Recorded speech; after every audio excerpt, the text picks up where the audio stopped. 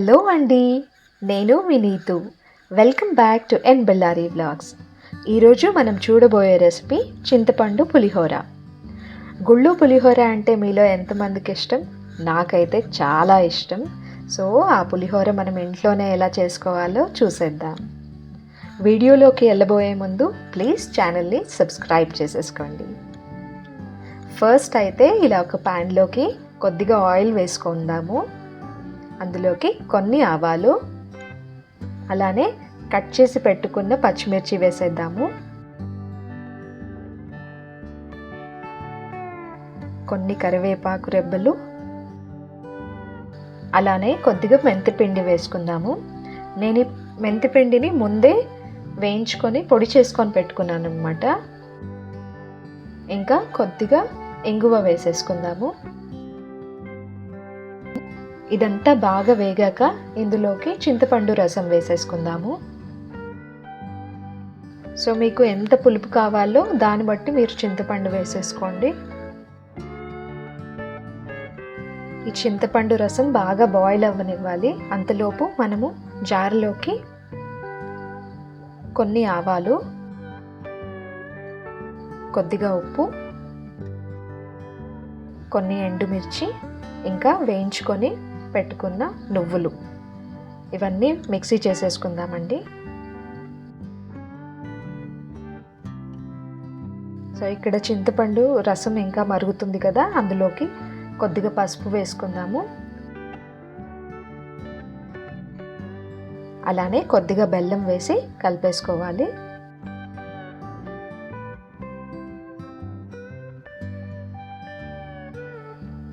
చింతపండు రసం బాగా మరిగిపోయింది కదా, ఇందులోకి మనము ఇందాకే మిక్సీ పట్టుకున్న పొడిని వేసేసుకుందాము.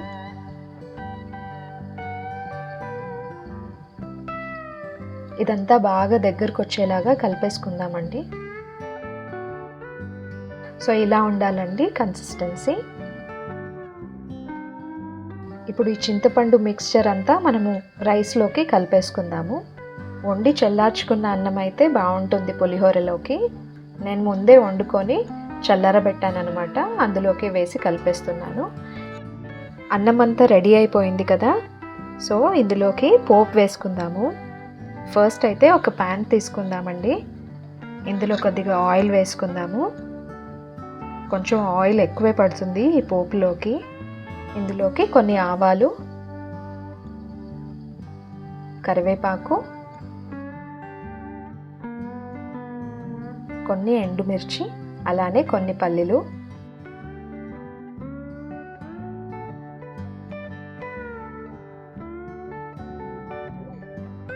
కొద్దిగా మినప్పప్పు,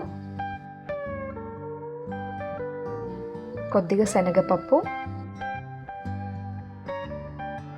ఇవన్నీ వేసుకొని బాగా కలిపేసుకోవాలి.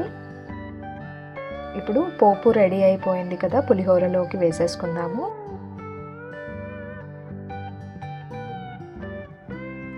సో దీన్ని మీరు స్టోర్ చేసి పెట్టుకోవాలంటే ఇందాక మనం చేసి పెట్టుకున్న చింతపండు రసం ఉంటుంది కదా, అందులోకే ఈ పోపు అంతా వేసుకొని కలిపి ఫ్రిడ్జ్లో పెట్టేసుకోవచ్చండి. మీకు ఎప్పుడు కావాలన్నా అర్జెంటుగా ఇలా అన్నం వండేసుకొని కలిపేసేసుకోవచ్చు, ఇన్స్టెంట్ మిక్స్ లాగా. ఇలా వేసుకొని కలిపేసుకోవడమే చాలా అంటే చాలా టేస్టీగా ఉంటుంది. సేమ్ గుళ్ళో పులిహోర టేస్ట్ లాగే అనిపిస్తుందండి. ఒక్కసారి ట్రై చేసి చూడండి, తప్పకుండా నచ్చుతుంది మీకు కూడా. సో ఈ రెసిపీ కనుక మీకు నచ్చినట్లయితే ప్లీజ్ లైక్, షేర్, ఇంకా సబ్స్క్రైబ్ చేసేసుకోండి. ఇంకా కమెంట్ చేసి చెప్పండి ఎలా ఉందో మీరు ట్రై చేస్తే కనుక. బాయ్.